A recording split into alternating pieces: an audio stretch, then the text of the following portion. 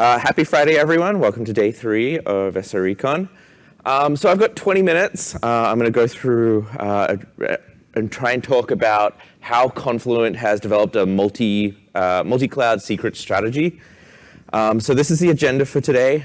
So I want to talk about Confluent's infrastructure, just to set some context, and then talk about the problem we're trying to solve, and then how we went about building a secret strategy, how we went and implemented it, and go into a little bit of detail about some of the controls that we put in place, just because they are somewhat interesting. And then I'll definitely leave some time for Q&A. So quickly, who am I? If you didn't see my talk on Wednesday, I'm Michael Kehoe. I'm a senior staff cloud security architect, basically now at this point. At Confluent. Confluent provides Kafka and other Kafka-like systems as a service across both on-prem and the cloud. I used to be at LinkedIn and did a bunch of different things at LinkedIn across pretty much the whole stack. I also wrote these 2 books, and I've got 2 coming later this year or early next year. All right, so to set some context, let's talk about Confluent's architecture. So this is taken from a diagram that I can publicly show you.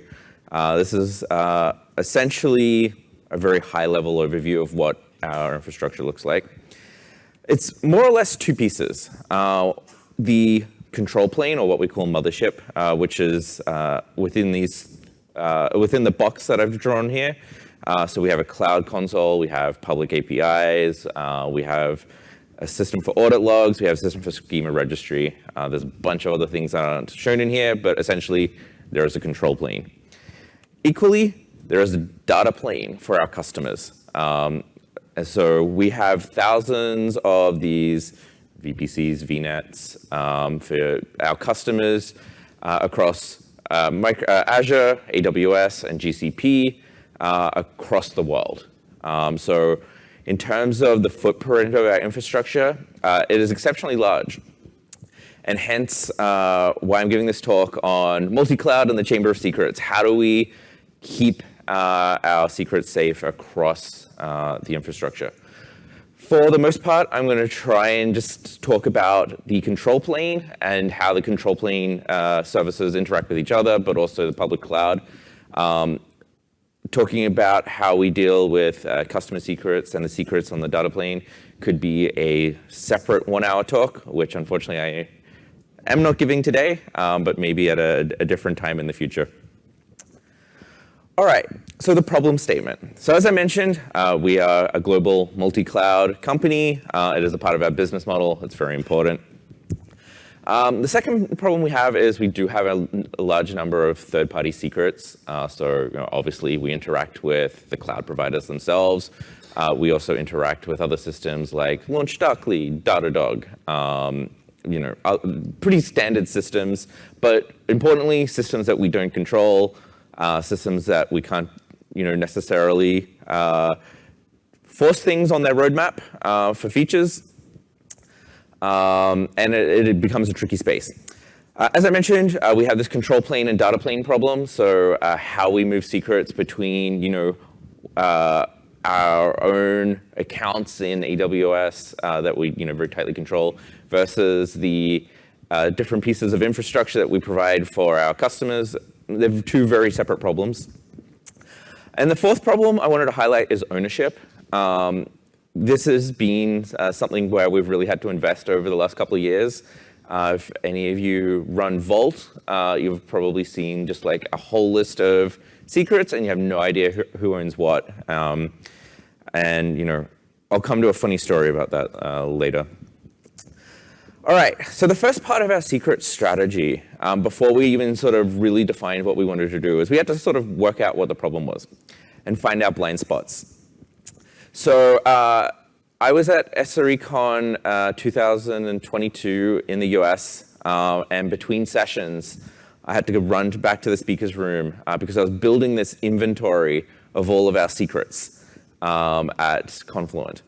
And so this is not an absolute list, but these are the main places I looked for all these different types of secrets, credentials, identities that we wanted to go in inventory.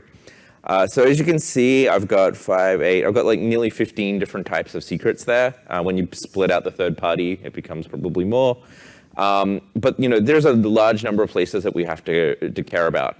And obviously then, differentiate the use of those secrets between production, non-production, critical business IT, et cetera.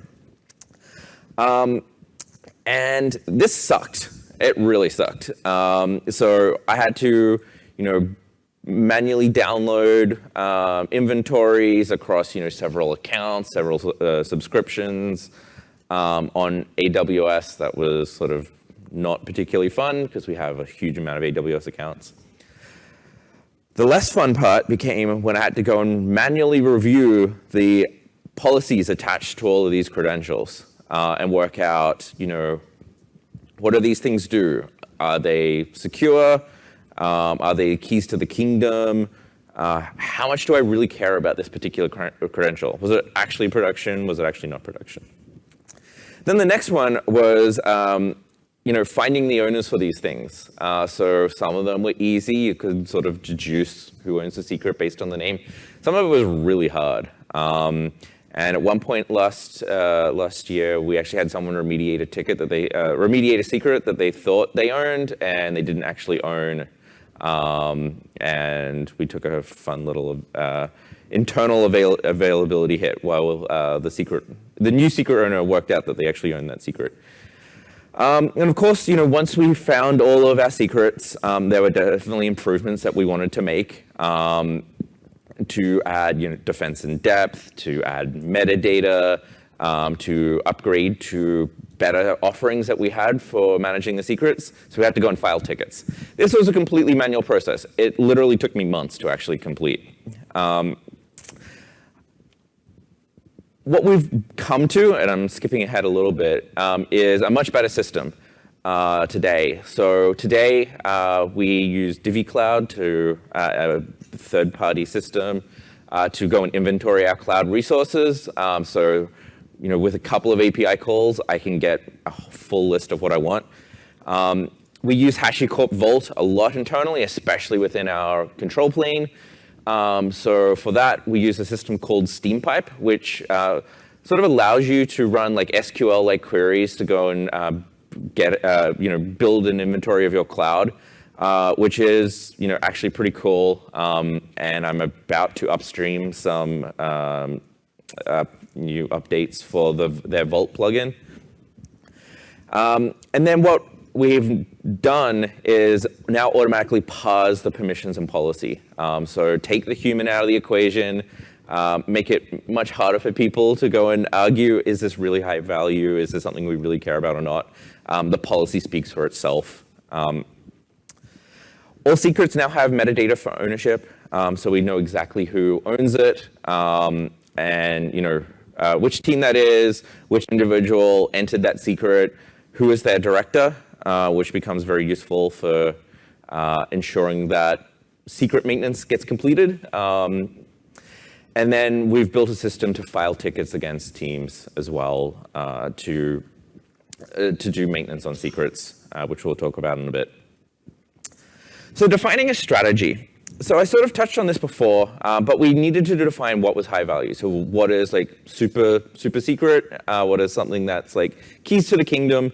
And categorize our secrets so we know what's super important, what needs additional controls. We need to sort of know what secrets have the ability to modify our infrastructure in a potentially harmful way if they were compromised. And then you have the other category of sort of read-only secrets, which again, they're still secrets, but don't necessarily need all of the additional controls that we would put in place. So once we did that, we needed to define what the approved systems and controls were. So if any of you run AWS, I'm sure most of you have probably got that dreaded email from AWS saying, hey, your user key and secret may have been compromised. We definitely wanted to stay away from that. So for each one of these cloud providers, we came up with what our preferred credential type was. So we prefer, say, Azure Managed Identities because they automatically rotate the secret. It's much more difficult to compromise than a service principal. Same for AWS roles are much more secure than IAM users. There are exceptions that we had to deal with, but we'll come and talk to that in a minute. Additionally, we also needed to work out what controls that we would consider sufficient. So we built a list of saying, all right, these are the systems you can use. With these systems, you have to use these controls and publish that internally as a standard. Next part of our strategy was trying to up-level, the whole company in the way that we manage secrets. So as I mentioned, we use Vault, but in this new initiative that we've done over the past 2 years, we've really pushed on building using dynamic engines and building dynamic engines as much as possible to sort of take, of course, Chrome wants to update during a talk. We go and we work out what type of secrets we have from the inventory. So I know that I have X number of Datadog keys. I know I have X number of LaunchDarkly keys. We have internal Kafka API keys. And so we've invested in sort of utilizing some third-party engines that exist, but also building our own where the investment makes sense. We've also leveraged Terraform IAC with Vault. So essentially now, if you want to go and create a secret, you have to go and do that in Terraform. And before my team approves that PR, you have to have all of this metadata attached to the secret. So I know exactly what the secret is, what is it used for, what services are using it, are you sharing it, is it a SOX secret, who is your director, and do you abide by the terms and conditions of adding this secret into the system?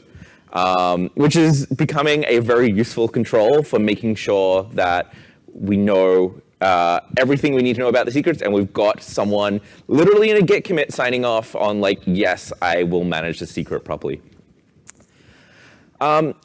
So as much as we want to use Vault dynamic engines as much as possible, there are cases where there are static keys that are out of our control for the most part. This is mostly in the third-party space.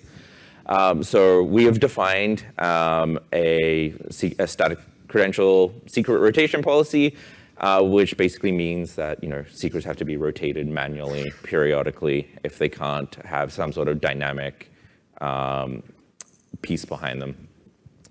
As I mentioned, we forced ownership, so through IAC and Vault, and then all of our cloud changes are happening through IAC, so they automatically get tagged with metadata that we can know, where did this secret come from, who added it, etc.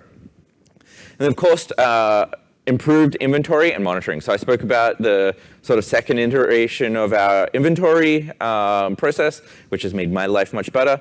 But we also built monitoring to sort of do some analytics on the usage of select secrets that we really care about.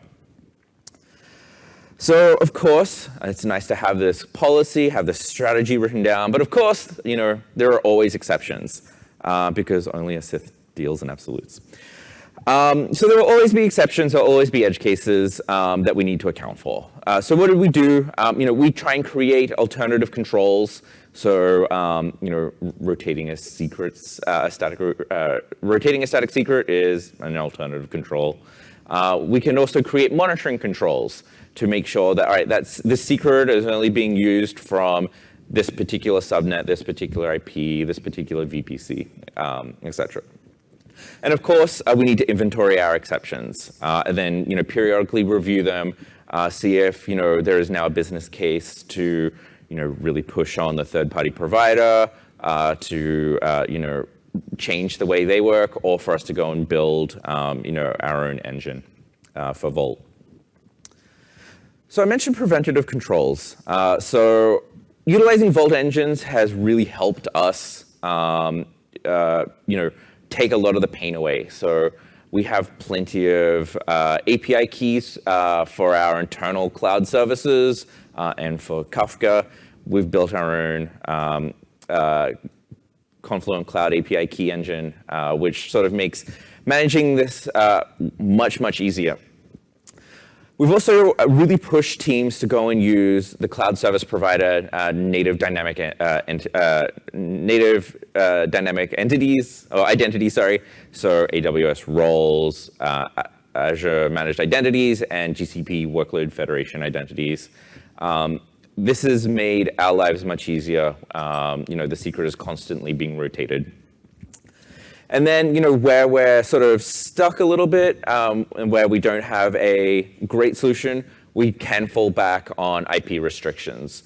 Basically define that, all right, in the AWS IAM user that, only this IP address can use this, utilize this secret.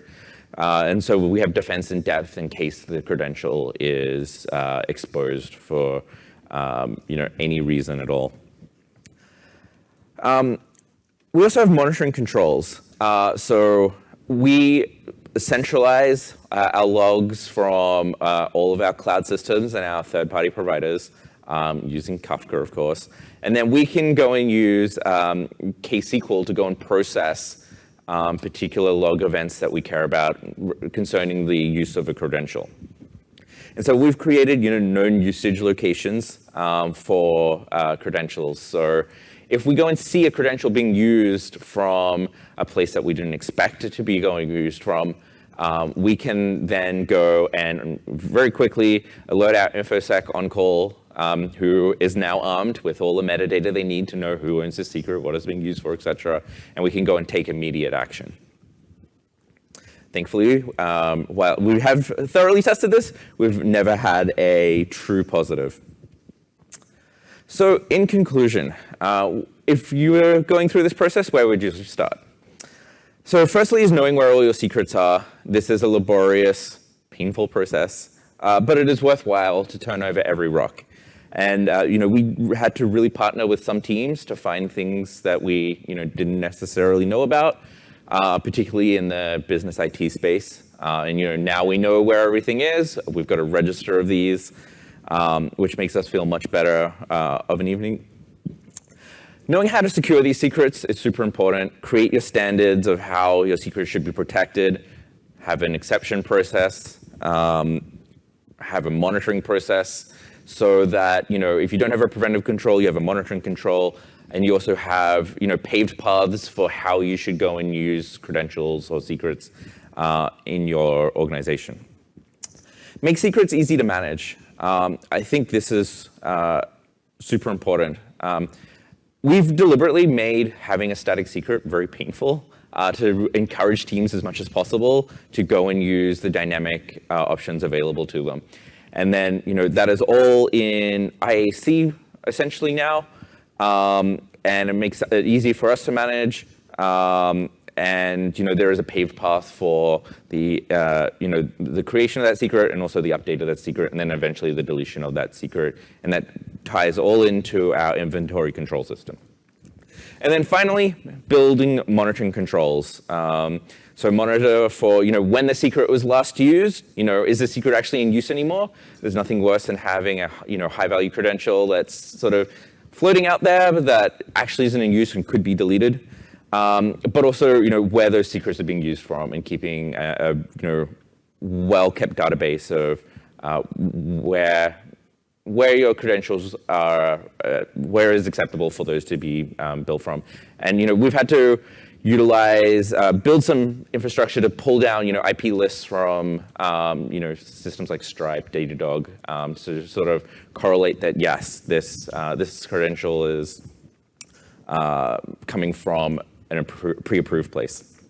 So with that, let's do some Q&A. Thank you very much, everyone.